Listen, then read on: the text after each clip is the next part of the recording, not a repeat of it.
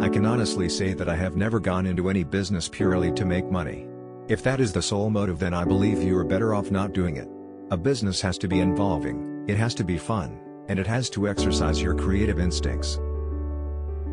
As soon as something stops being fun, I think it's time to move on. Life is too short to be unhappy. Waking up stressed and miserable is not a good way to live.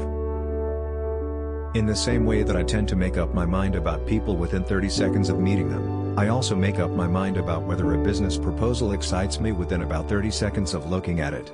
I rely far more on gut instinct than researching huge amounts of statistics.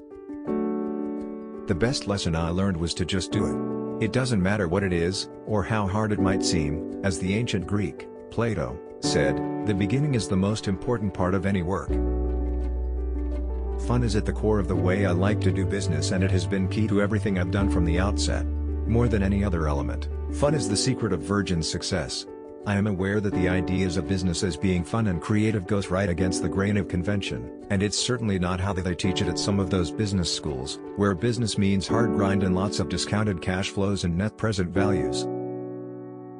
Throughout my business life, I have always tried to keep on top of costs and protect the downside risk as much possible. The Virgin Group has survived only because we have always kept tight control of our cash. But, likewise, I also know that sometimes it is essential to break these rules and spend lavishly. If only we had the power to see ourselves in the same way that others see us. Of all the mantras one might adopt in life, this is surely one of the better ones, and for anyone in a leadership role it should be an essential part of the checks and balances that are built into a company's standard operating procedures.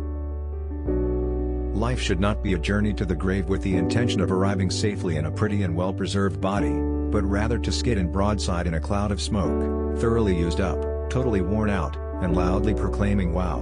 What a ride!"